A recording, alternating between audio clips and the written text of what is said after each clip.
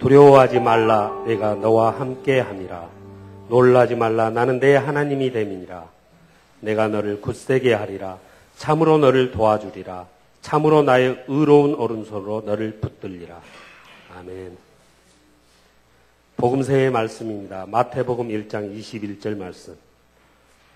아들을 낳으리니 이름을 예수라 하라.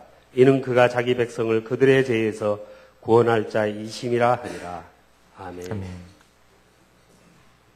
서신서의 말씀입니다. 갈라디아서 2장 20절 말씀. 내가 그리스도와 함께 십자가에 못 박혔나니 그런즉 이제는 내가 사는 것이 아니요 오직 내 안에 그리스도께서 사시는 것이라. 이제 내가 육체 가운데 사는 것은 나를 사랑하사 나를 위하여 자기 자신을 버리신 하나님의 아들을 믿는 믿음 안에서 사는 것이라. 아멘.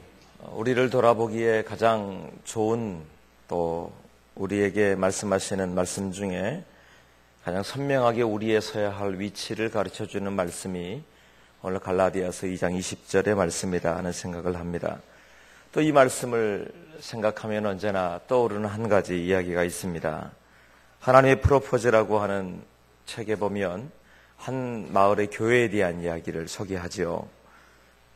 아름다운 교회가 마을에 세워졌습니다. 그리고 벽에는 큰 글씨로 우리는 십자가에 못 박힌 그리스도를 믿는다라고 하는 글씨가 선명하게 새겨져 있었습니다.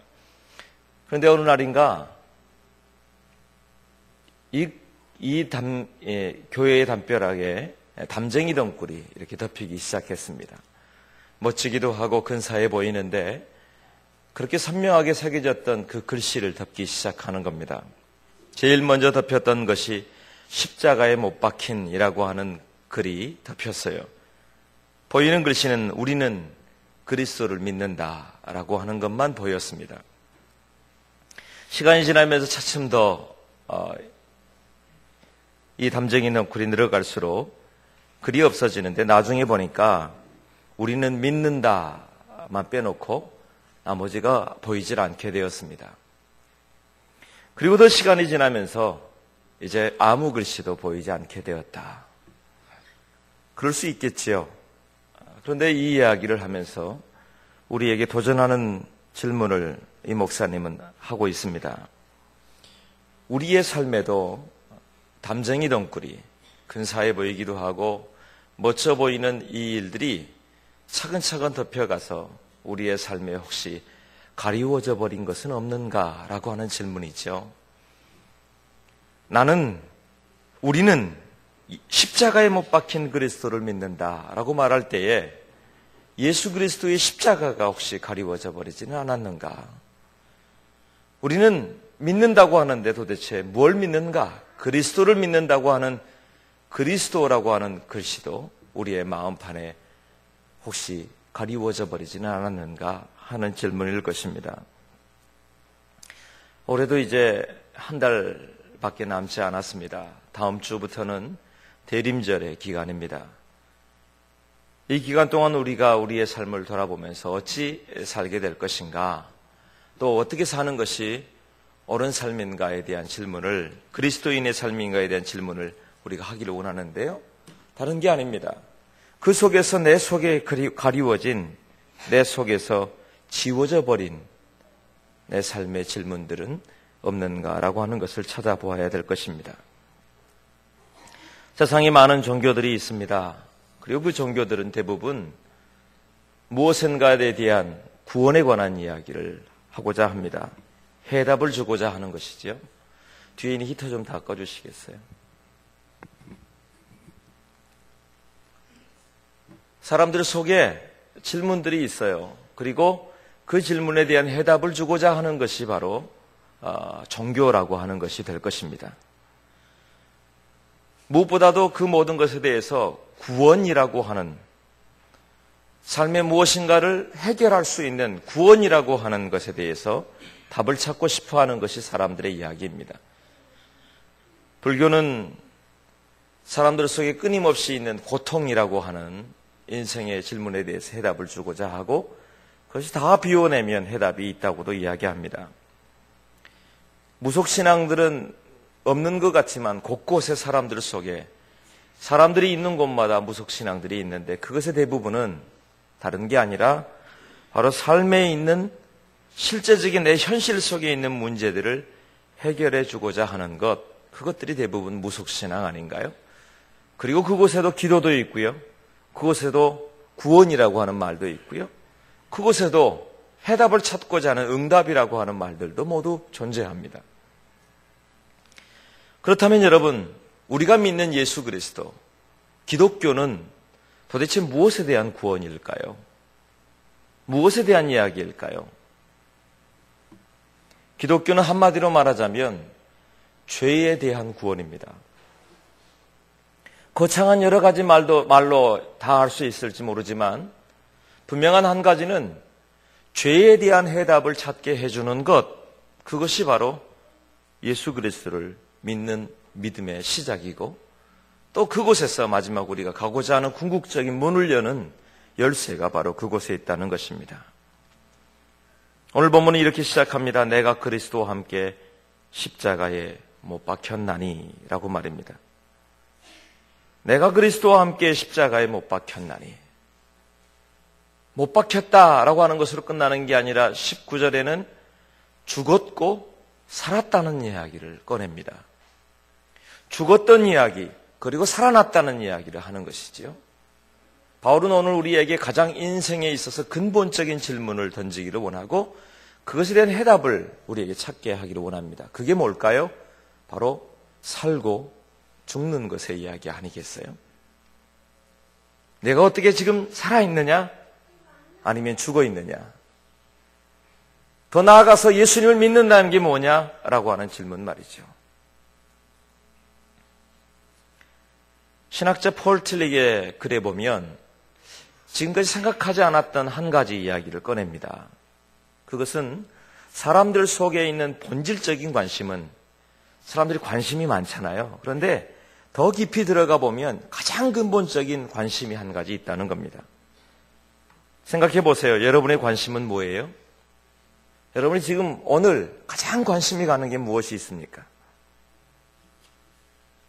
폴 틸릭은 이렇게 말합니다. 돈에 대한 관심 굉장하다. 그러나 그것이 근본적인 관심이 아니다. 더 깊은 관심이 있다는 거죠. 성공과 출세에 대한 관심, 그보다 더 깊은 관심이 있답니다. 쾌락에 대한 관심, 그보다 더 깊은 관심이 있답니다. 그것은 사람의 내면에 깊이 들어가 보면 창조주 하나님에 대한 관심이 가장 크다는 거예요.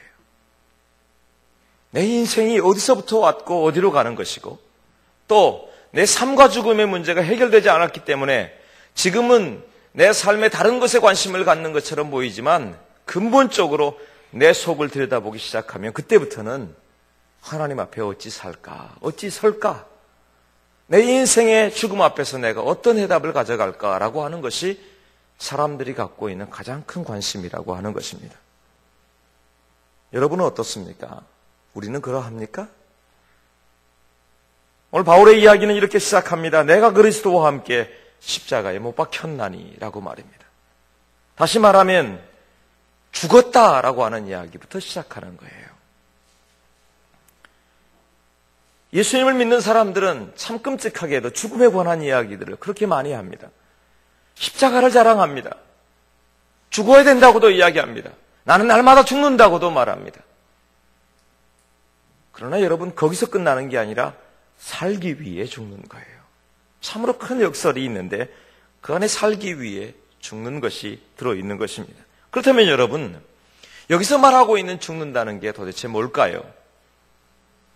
내가 그리스도와 함께 십자가에 못 박혔나니 라고 하는 것의 원어적 의미를 보면 이것이 십자가에 못 박힌 것이 이전에 지금까지도 십자가에 못 박혀왔고 지금도 십자가에 못 박혀 있습니다. 이런 의미예요. 그러니까 이전에도 내가 죽었고 지금도 다시 죽습니다 라고 하는 의미가 바로 여기에 기록된 의미란 말이에요. 무엇에 대해서요?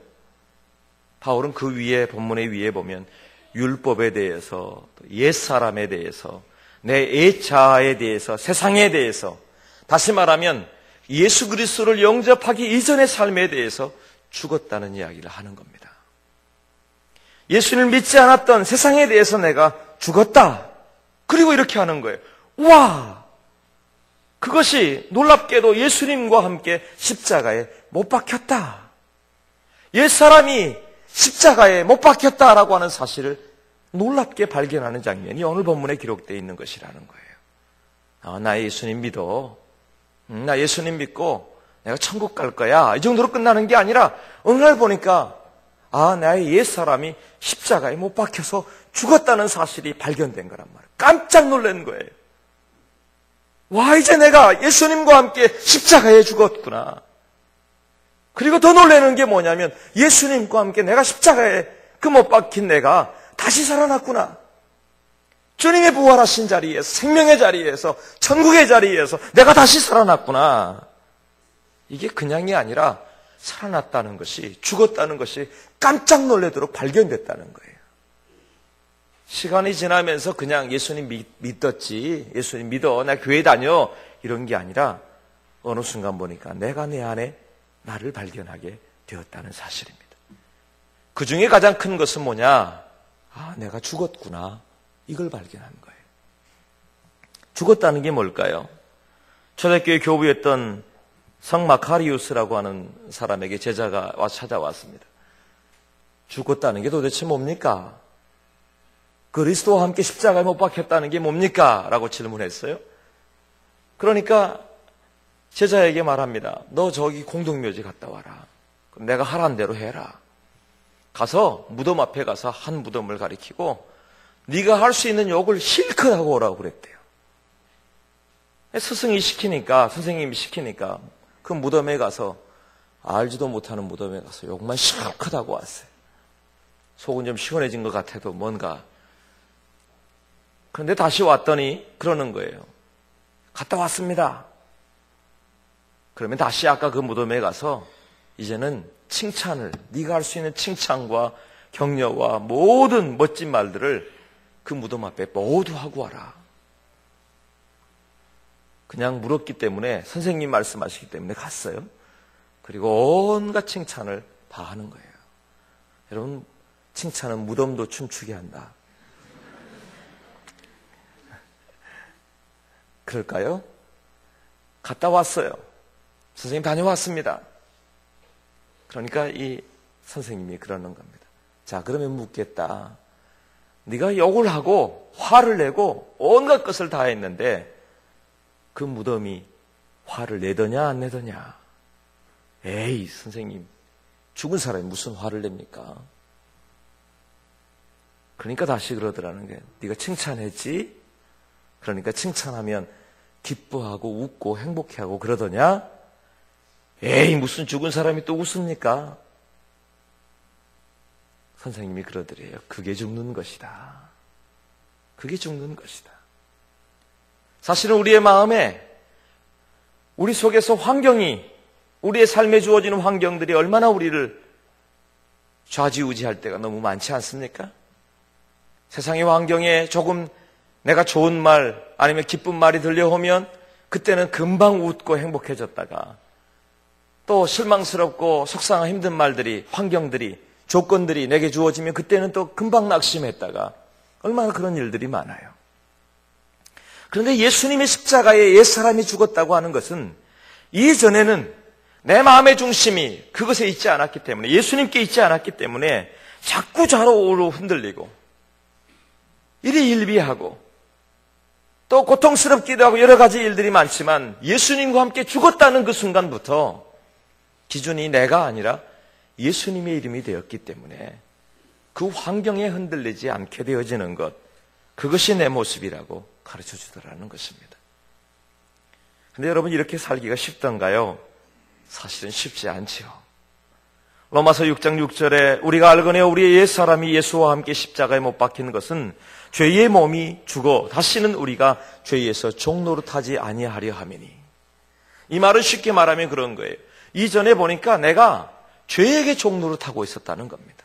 내 기분이, 내 영혼이, 내 마음이, 내 상황이 자꾸 주위 환경들에게 매여서 그것에 종노릇하고 있었던 거예요.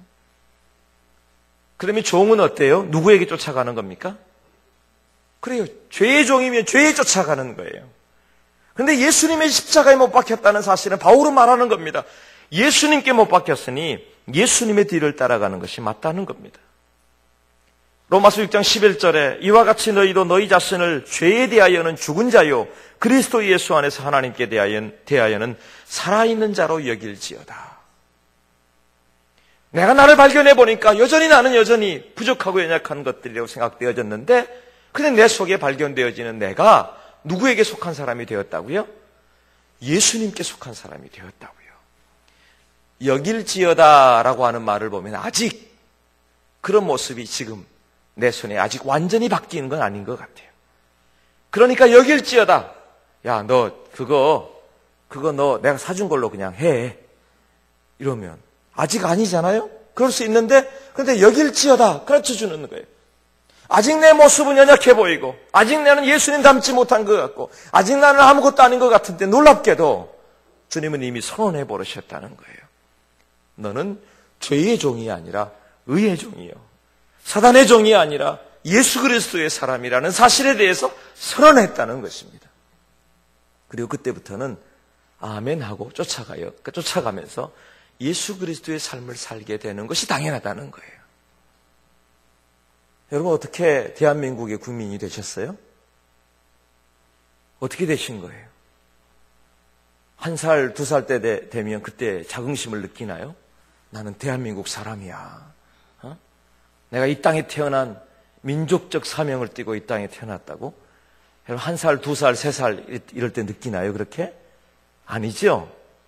그러나 그곳에 속해 있기 때문에 이 나라의 법, 이 나라에 누릴 수 있는 것들을 누리게 되어지는 겁니다. 그리고 그렇게 살아가는 겁니다. 그리고 성장하고 어른이 되어가면서 이 땅에서 주어진 여러 가지 일들을 감당해가는 것이 이 나라의 국민 아니겠어요? 마치 그와 같습니다. 우리가 예수 그리스도로 인하여서 내가 예수님의 사람이 되었다. 그 사실을 인정하고 아멘하고 그렇게 시작하는 겁니다. 그러나 또 한 가지가 있습니다. 그것은 철저하게 내 힘으로 가능하지 않다는 것도 인정하는 거예요. 앤드류 모레이는 그의 책에서 말합니다. 나를 버려야 예수가 산다라고 하는 책에 보면 자아가 깨어진 사람이 자기의 무능력 그것을 깨닫는 사람이야말로 놀랍게도 내가 죽은 것을 깨닫고 다시 그리스도 안에서 산다는 것을 깨닫게 된다는 거예요. 아, 내가 아무것도 아니구나. 내가 할 수 없구나. 그렇지 않던가요? 내가 마음에 작심하고요. 내가 다시는 화내지 않으리라. 다시는 내가 내 마음에 미워하는 마음 갖지 않으리라. 그런데 여러분 그게 쉽던가 말이에요. 가정에서도 아니면 여러분의 삶에서도 일터에서도 심지어는 교회에서도 눈빛 하나 말씨 하나 아니면 내가 들려오는 이야기 하나 그것 때문에 사건 하나 상황 하나 때문에 우리의 마음이 요동치는 것을 여러분 얼마나 많이 느낍니까? 쉽지 않다는 겁니다. 내 힘으로 감당할 수 없다는 것 자체 쉽지 않은 정도가 아니라 주님 내 힘으로 감당할 수 없습니다 라고 하는 것까지 십자가에 못 박는 것. 그래서 주 예수 그리스도의 능력을 힘입고 예수님으로 인하여 내가 살게 되어지는 것, 그래야 내 삶이 다시 주 안에 있게 되어지는 기준이 된다라고 말하는 겁니다. 우리 신전사님이 그래요. 조카들 자랑을 하면서 조카들과 함께 저녁에 기도하는데 하나님께 감사하는 기도를 돌아가면서 하는데요. 꼬맹이 아이들이 부모님을 위한 기도도 하고요. 여러 가지 기도도 하더래요. 그러면서 나중에 하루 동안 하나님 내 마음에 미운 마음이 있었던 것 죄송하다고 회개하는 기도를 전사님이 꺼내니까 또 아이들이 곧잘 자기들의 이야기를 하더라는 거예요. 꼬맹이 아이들의 마음에도요. 그런 마음들이 해결되지 않는 것 때문에 속상하기도 하고 힘들기도 하고 다시 하나님 앞에 기도할 수밖에 없는 것이 있지 않습니까? 우리도 다 그래요. 인정하라는 거예요, 그것을. 그렇다고 포기하라는 겁니까? 나의 무능력과 나의 연약함들은 내어놓지만 중요한 것은 다시 하나님 앞에서 어찌 살 것인가를 결단하고 그것마저도 십자가에 못 박는 것이 옳다라고 하는 것을 말하는 것입니다. 지하철 사랑의 편지의 운영자인 류중현이라고 하는 분이 쓴 글에 보니까 결혼 생활이 30년이 되었을 때 그냥 아내에게 물었대요. 30주년 될 때에 혹시 당신이 살아오는 동안, 30년 살아오는 동안 나 때문에 무슨 서운하고 그다음에 상처받은 것이 있는지를 물었대요. 내심 그랬겠죠. 무슨 말이냐고. 당신 때문에 행복했다고. 반응이 이렇게 썰렁한 거 보니까 혹시 부부끼리 오신 분 계십니까? 한번 여쭤보세요. 여러분 집에서도 한번 여쭤보십시오. 나 때문에 서운하고 상처받은 게 있느냐고. 그랬더니 아내가요, 정색을 하면서 이야기를 진짜 하더래요. 그 둘이 이야기를 하다 보니까 3가지 말 때문에, 다 요약해 보니까 3가지 말을 할 때 가장 상처가 되고 힘들었다 그러더랍니다. 첫 번째가 당신이 뭘 알아? 이 소리. 두 번째가 시끄러워요. 시끄러워. 이 소리. 세 번째가요, 빨리빨리 좀 하라고. 빨리빨리. 많이 듣던 이야기신가요? 이 3가지 말이 가장 힘들더라는 겁니다. 그래서 깜짝 놀랐대요. 그리고 나서 그때부터 약속을 하기를 이런 말을 할 때마다 10,000원씩 벌금을 내기로 했대요. 그래서 서로 조심하는 거겠죠. 그런데 그 말을 하고 난 이후에 뒤를 돌아보니까 3년 지났는데 5만 원이 모였더래요. 그렇게 안 하려고 참아도 5번은 했다는 거죠. 근데 더 재밌는 게 있어요. 그렇게 그것 때문에 상처받았고 힘들다고 하는 아내도 4만 원의 벌금을 냈답니다. 사람들 속에, 여러분 우리 속에 그런 게 있어요. 그리고 내가 정말 그렇게 안 하고 싶은데도 그렇게 갈 때가 있어요. 내 안에 있는 연약함들, 내 안에 있는 무능함들에 대해서 인정할 때 그것은 여러분 거창한 뭔가가 아니라 삶의 이런 실제적인 일들이란 말이에요.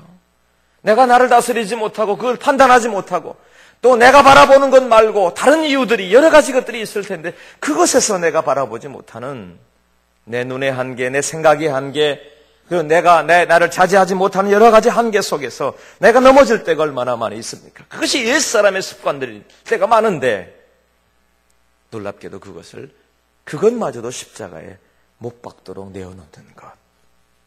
그것이 죽는다는 겁니다. 안 되는데요? 안 되는 그것까지 다시 내어놓게 되어지는 것. 그래야만 다시 살 수 있다고 말씀하고 계시는 것입니다. 그렇게 내어놓을 때라야만이 오늘 예수 그리스도 앞에서 우리가 나음을 얻고 그리고 바로 온전히 내가 죽는 모습, 내 모습을 발견하게 되어지는 것입니다. 우리 속에 미움, 다툼, 시기, 질투, 거짓말, 또 욕과 부정과 게으름과 연약한 죄악들, 죄와 악한 것들 모든 것이 있다는 걸 아시기 때문에 성경은 그것에 대해서 우리를 고발합니다. 우리에게 명확하게 이야기합니다. 내 안에 있는 죄에 대한 이야기를 꺼내시는 겁니다. 왜냐하면 아까 말씀드렸듯이 그 죄에 대한 문제가 해결되지 않으면 우리 속에 가장 궁극적인 우리의 관심인 하나님과의 관계가 회복될 수 없기 때문에 그래요. 그 죄가 이 땅에 들어옴으로 말미암아 우리 속에 있는 그 완악한 우리의 모습들이, 옛사람의 모습들이, 죄의 종이 된 모습들이 우리 안에 있기 때문에 그렇다는 것입니다. 그것을 십자가에 못 박도록 내어놓는 것, 그 일들을 지금 하나님 앞에서 하는 겁니다. 그럼 어떻게 할까요? 안 될 때가 많고 안 된다고 할 때가 많은데 어떻게 할까요? 아까 말씀드렸거니와 선언하는 겁니다. 나는 예수 그리스도를 믿습니다. 나는 예수님과 함께 십자가에 못 박혔습니다 라고 선언하는 것이, 그것을 아멘하고 믿는 것입니다.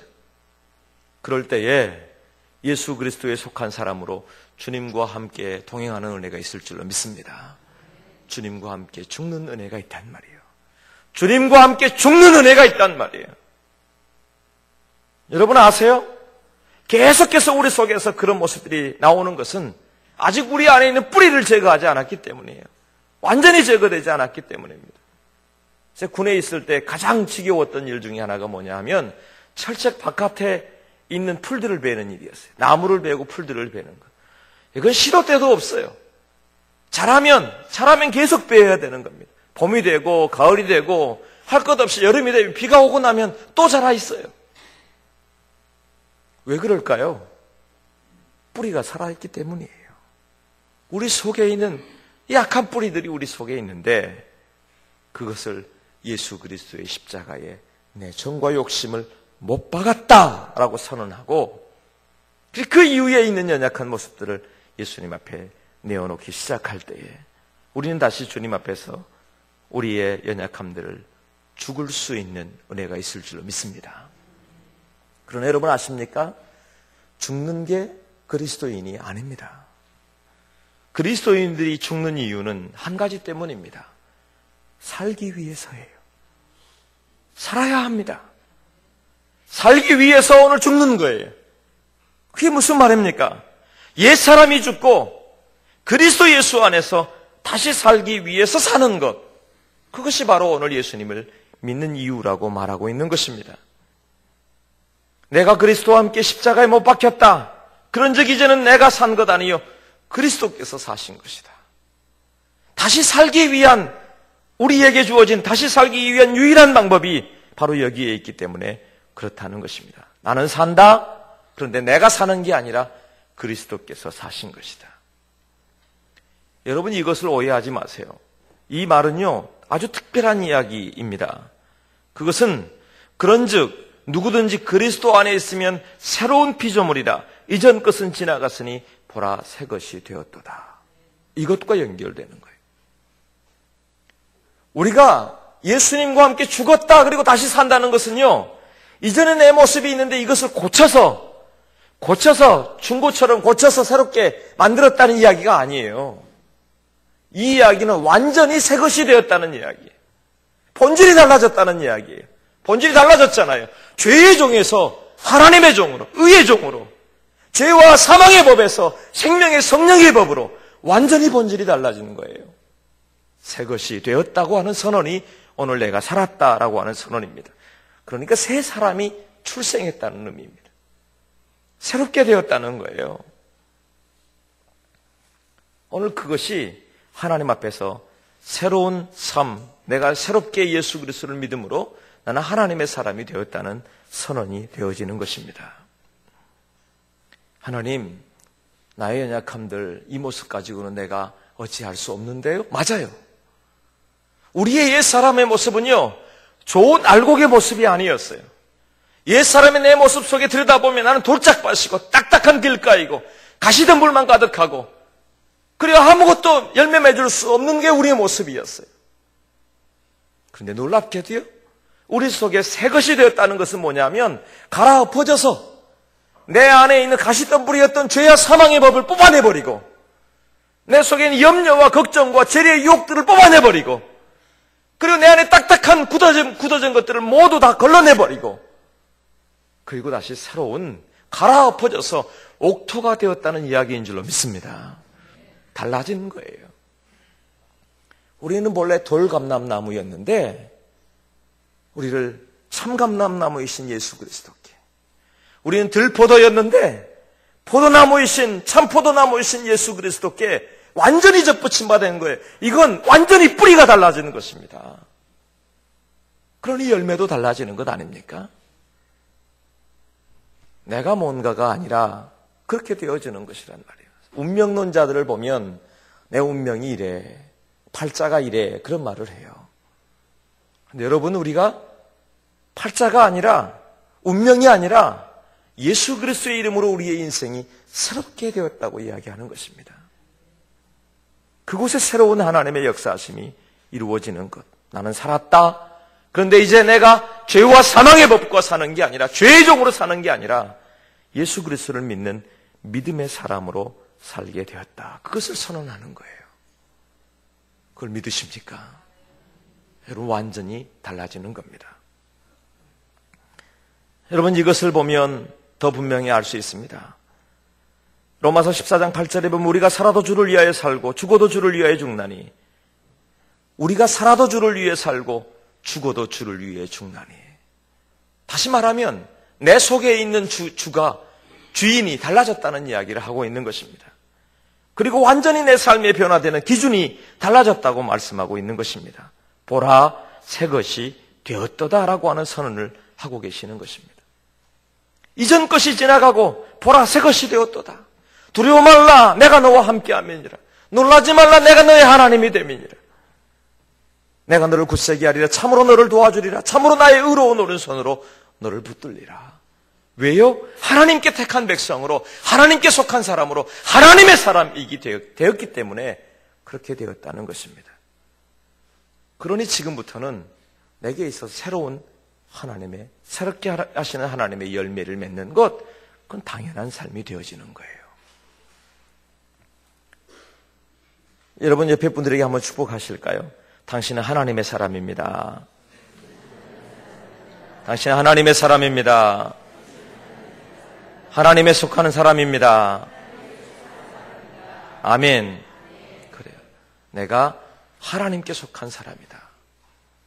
오직 내 안에 그리스도께서 사시는 것이라. 이제 내가 육체 가운데 사는 것은 나를 사랑하사 나를 위하여 자기 자신을 버리신 하나님의 아들을 믿는 믿음 안에서 사는 것이다. 내가 사는데 하나님이 나를 사랑하시는 그 사랑, 그리고 그 믿음 안에서 근본적인 것이 바뀐 자리에서 산다는 것입니다. 달라진 게 없어 보이세요? 아니요, 달라졌어요. 우리가 예를 들어 볼까요? 옆에 있는 땅이 있어요. 우리 지지난주에 이 땅이 달라졌어요. 땅이 달라졌어요? 안 달라졌어요? 뭐가 달라졌어요? 안 달라졌잖아요. 저 땅이 옮겨졌어요? 저 땅이 옮겨졌습니까? 흙이 달라졌어요? 위치가 달라졌어요? 상황이 달라졌어요? 달라진 게 없어요. 근데 왜 달라졌다는 거예요? 주인이 바뀌었어요. 그렇죠? 최시문 중에서 예수나무 교회로 바뀐 거예요. 주인이 달라졌어요. 주인이 달라지면 꿈도 달라지는 것이고, 주인이 달라지면 앞으로의 계획도 달라지는 것이고, 주인이 달라지면 앞으로의 열매도 달라지는 것인 줄로 믿습니다. 그것이 새롭게 되었다는 겁니다. 그것이 살았다는 겁니다. 죄에 대해서, 나에 대해서, 옛사람에 대해서 죽고 그리스도와 함께 새롭게 되고 그리스도와 함께 다시 살게 되었다. 그리고 온통 내 안에 예수님이 계시는 삶, 그것이 바로 내 안에 있는 예수 그리스도의 삶이라고 말씀하고 있는 것입니다. 말씀을 맺겠습니다. 사랑하는 여러분, 우리가 우리의 믿음의 선진들에 대한 이야기를 할 때 최봉성 목사님에 관한 이야기를 우리가 자주 합니다. 최봉성 목사님의 다른 이름이 있죠. 최건능 목사님이라고요. 예. 그분의 다른 별명이 있죠. 이분의 이름은 몰라도 예수천당은 알죠. 예. 그분이 가는 곳마다 예수천당을 외쳤던 분이 바로 이분입니다. 근데 이분의 이야기 중에 신사참배를 거절하다가 옥에 갇혀서 마지막에 고문을 당하는 장면에 대한 이야기가 유명합니다. 가만히 있다가 고문을 할 때 얼마나 고통스러워요. 사람들이 고함을 지르기도 하고 고통스러운 이런 신음을 내뱉기도 하는데, 이분이 아무리 말을 해도 듣지 않고 아무리 이야기해도 말하지 않으니까 몽둥이로 때리기 시작했어요. 한 대를 퍽 때렸는데 갑자기 신음소리가 악 하고 나오는 게 아니고 예수 그렇게 나오더라는 겁니다. 그러니까 이 일본의 그 형사가 깜짝 놀랐어요. 예수? 그러면서 다시 때리기 시작하는 겁니다. 때리면 때릴 때마다 계속 나오는 소리가 예수 이야기밖에 없습니다. 비명이 아니라 예수 이야기밖에 없습니다. 걷어차도 예수, 때려도 예수, 온갖 것으로 다 예수하는데 그 순사가 이렇게 말했답니다. 그래, 어디 예수뿐이냐 이 영감탱이야. 네 속에는 예수밖에 없냐?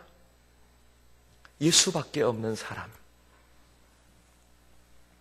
사랑하는 여러분, 우리의 삶에 지난 1년을 돌아보건대, 아니면 이제 오늘을 살아가건대 우리의 환경들이 얼마나 많은 이야기들이 가득 차 있나요? 또 내 속에, 내 영혼에, 내 마음에, 내 생각 속에 또 내 삶을 결정하는 많은 그 기준 중에 얼마나 많은 것들이 있어요. 또 내가 살아가는 방법 중에 얼마나 많은 방법들이 있어요. 내 실력, 내 지혜, 내 능력, 내 처세술, 그리고 내가 사는 방법들이 얼마나 많습니까? 그런데 내 속에서 기준이 되어지는, 내 삶의 기준이 되어지는, 그래서 내 삶의 마지막 결론과 열매가 되어지는 게 예수 그리스도냐라고 하는 도전과 질문을 우리에게 하고 있는 거예요. 살아야 합니다. 그런데 발버둥치며 세상의 기준으로 사는 게 아니라 예수 그리스도의 이름으로 다시 살아보려고 오늘 결단해야 합니다. 그러기 위해 오늘 사도 바울은 말합니다. 나는 날마다 죽는다고 말해요. 그 말은 날마다 나는 십자가에 예수님과 함께 못 박힌다고 말입니다. 그리고 다시 선언합니다. 예수님과 함께 산다. 예수님 나를 사랑하신다. 예수님이 나를 사랑하셔서 나를 위해 죽으셨다. 대가를 지불하셨다. 그래서 나는 주의 백성 새 사람이 되었다 선언하신 줄로 믿습니다. 우리의 삶에 오늘 다시 결단함으로 주님의 택한 백성으로서의 새로운 삶이 우리에게 있기를 예수님 이름으로 축복합니다. 기도하겠습니다.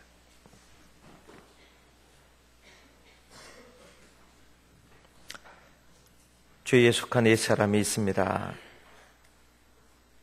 우리의 삶이 주님의 십자가 앞에 못 박았다고 선언할 수 있는 용기를 주옵소서. 그리고 또한 주님과 함께 살았다고 오늘 감사하고 결단하는 시간이 되게 하여 주옵소서. 예수님 이름으로 기도드립니다. 아멘.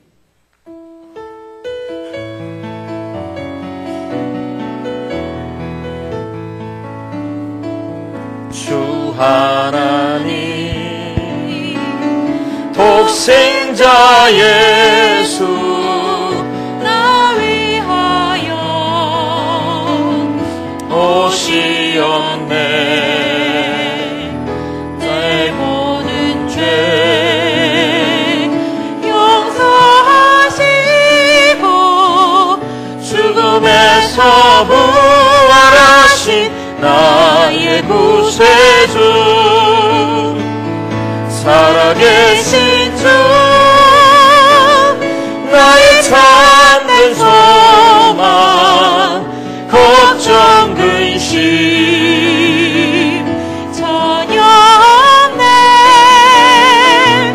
사랑의 주 내 갈 길 인도하니 내 모든 삶의 기쁨 늘 충만하네. 주 안에서 거듭난 생명 도우시는 주의 사랑 참 기쁨과 확신 가지고 예수님의 도우심을 믿으며 살리 살아계신 주 나의 참된 소망 걱정 근심 전혀 없네. 사랑의 주 내 갈 길 인도하니 내 모든 삶의 기쁨 늘 충만하네. 그 언젠가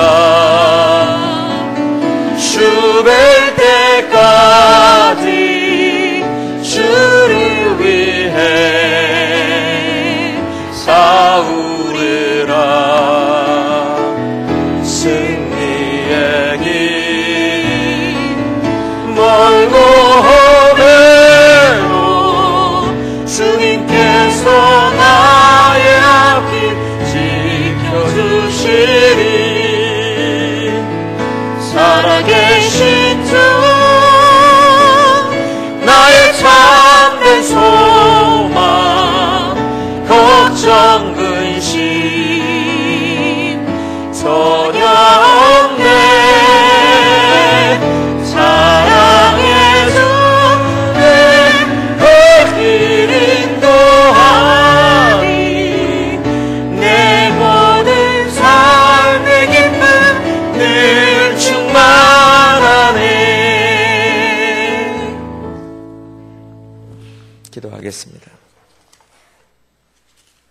날마다 새롭게 하심을 감사합니다. 범사에 감사합니다. 기도의 진리의 생명이신 주님을 따르는 딸이 되게 하시고 빛 가운데 거하며 하나님을 높이게 해 주옵소서. 하나님 앞에 소원하며 감사의 예물들 드립니다. 추수감사도 구별했습니다. 하나님 아버지, 이들의 삶의 감사의 제목들, 또 소원의 예물들 주님 받으시고 응답의 역사 풍성케 하시는 주의 열매를 맺도록 인도하여 주옵소서. 하나님 아버지, 삶의 주인이심을 고백하는 10의 1조 예물과 하나님이 감사의 제목들을 하나님께 드립니다. 하나님, 이들의 가정과 일터가 주의 손에 붙들려 살게 하시고 주께 속한 모든 일들이 주 안에서 평강과 형통을 누리도록 인도하여 주옵소서. 주정헌금 선교의 예물 또 하나님 앞에 구별하여 드렸사오니 이들의 삶이 복되게 하여 주시고 주와 동행하는 은혜만 있게 하여 주옵소서. 꿈땅 헌금도 구별해 드렸습니다. 주여, 주의 은총이 이들의 삶에 풍성케 되도록 인도하옵소서. 구합니다. 이전에 우리의 모든 삶의 것들이 기경되게 하시고 그래서 좋은 열매를 맺는 역사가 있게 하여 주옵소서. 예수님 이름으로 축복하며 기도합니다. 아멘.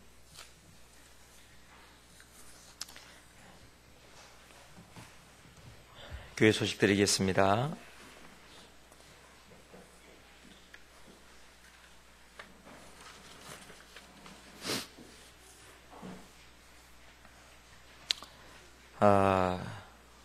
그동안 우리 3년 동안 우리 중고등부 사역을 했던 엄준영 전사님이